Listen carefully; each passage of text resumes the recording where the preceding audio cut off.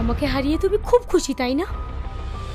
কিন্তু না, আমি কখনো হারতে শিখিনি। সালমা, তুমি ভুল করছো। সালমা, সালমা,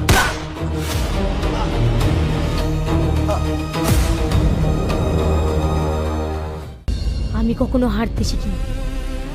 এই কেসটা আমি জিতেই ছাড়বো। পারবে না। কেসটা জিতে দেখাও।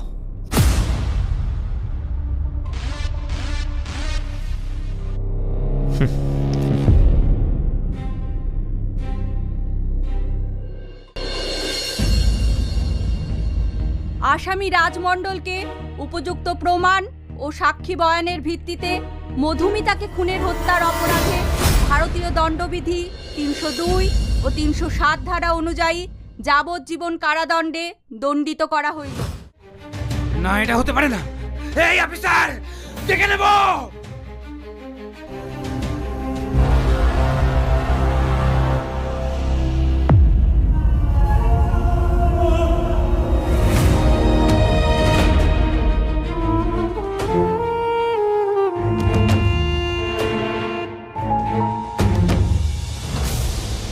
আমাকে আপনার পার্সোনাল লয়ার রেখে কি লাভ হলো? সেদিন যে বাড়িতে বড় বড় ডায়লগ দিলেন, আমাকে কেউ গায়ে হাত তুলতে পারবে না। কোথায় গেল সেসব ভাষণ? আপনি একটু শান্ত হন, আমি দেখছি। শ্যামবাবু, ওর ডোজটা মনে হচ্ছে কম হয়েছে। এই অফিসার!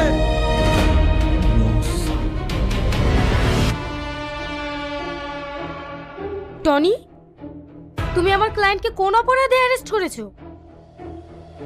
ও একটা মেয়েকে মার্ডার করেছে, সেই অপরাধে। এ কি বলছো?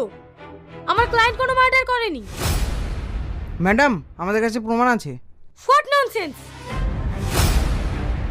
টনি, তুমি ওকে ছেড়ে দাও, নইলে আমাদের মধ্যে ঝামেলা হবে। তুমি কি চাও আমি হেরে যাই? আর তাছাড়া এটা প্রেস্টিজের ব্যাপার। আমি জানি তুমি আমাকে হারতে দেবে না।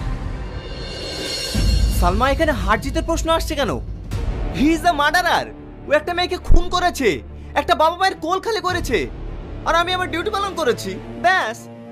টনি, তুমি কিন্তু আস্তে আস্তে আমাদের সম্পর্কটাকে খারাপের দিকে নিয়ে যাচ্ছ। তুমি ওকে ছেড়ে দাও। হোয়াট? তুমি এসব কি বলছো? একটা ক্রিমিনালের জন্য আমাদের সম্পর্কের প্রশ্ন আসছে কেন? না, তুমি ভুল করছো। তুমি ঘুষ খেয়ে আমার ক্লায়েন্টকে অ্যারেস্ট করেছো। আমিও দেখছি তুমি কতক্ষণ আমার ক্লায়েন্টকে আটকে রাখতে পারো। এই যে ম্যাডাম, আপনি হয়তো ভুলে যাচ্ছেন আপনি কার সঙ্গে কথা বলছেন। আমি ঘুষ খাই। আপনি যদি পারেন, আপনি আপনার ক্লায়েন্টকে ছাড়িয়ে নিয়ে যান। আচ্ছা, তাহলে কাল কোর্টে দেখা হচ্ছে। সি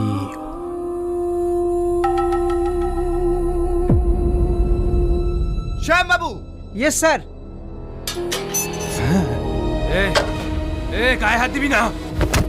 আহ! আহ! আহ! এই! আহ!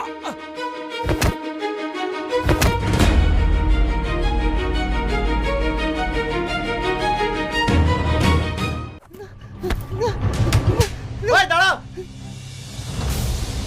ওনাকে মারছিস কেন?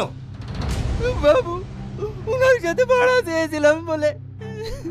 এই যত অত্যাচার শুধু গরিবের প্রতি না, আজকের পর থেকে যদি এরকম অত্যাচার আর কারোর সঙ্গে করেছি, সালা এমন কেসে ঢুকিয়ে দেব না, সারা জীবনে বউ ছেলের মুখ দেখতে পাবি। সরি স্যার, ভুল হয়ে গেছে, আর হবে না। 500 টাকা ফেল দে এখান থেকে, যা।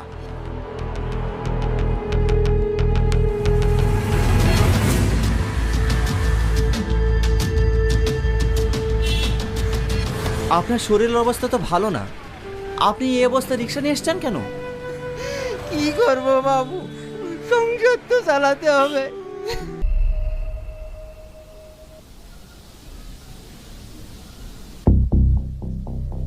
বসুন।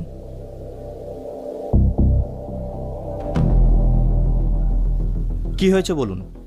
স্যার, আমার মেয়েকে 3 দিন থেকে খুঁজে পাওয়া যাচ্ছে না। থানায় অভিযোগ জানাতে আসলাম, বাইরের অফিসার আমার মেয়েকে নিয়ে নোংরা নোংরা কথা বললো স্যার। স্যার, আমরা গরিব হতে পারি, কিন্তু মেয়ের ইজ্জত বিক্রি করে খাই না স্যার। আপনারা শান্ত হন। কি হয়েছে বিষয়টা খুলে বলুন। স্যার আমার মেয়ে কল সেন্টারে চাকরি করে, পরশুদিন রাতে থেকে বাড়িতে না ফেরায় আমি সব জায়গায় ফোন করতে থাকি, এখন ফোনের সুইচ অফ বলছে স্যার।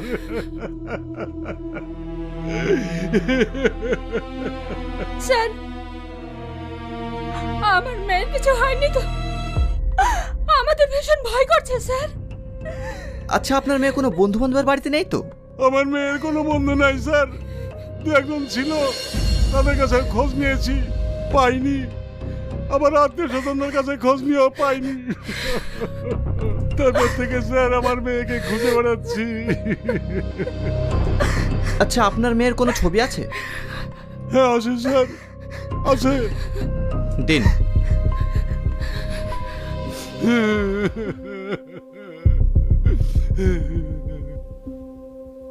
ঠিক আছে, আপনারা কোনো টেনশন করবেন না, আমরা যত তাড়াতাড়ি পারে আপনার মেয়েকে খোঁজার চেষ্টা করব, ঠিক আছে?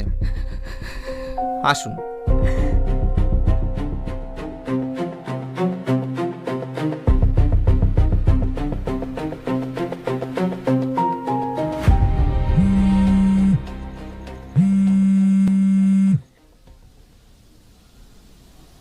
হ্যালো,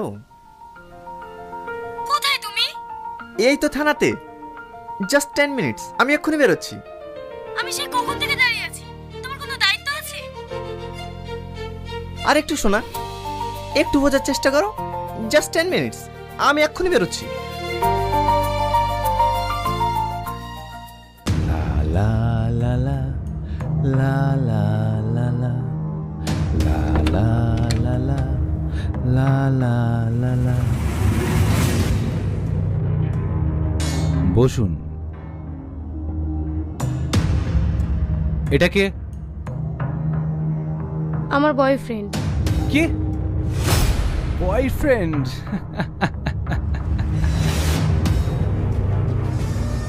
আমার সঙ্গে শুধু আপনার কথা, এর মধ্যে কোনো থার্ড পার্সন নয়।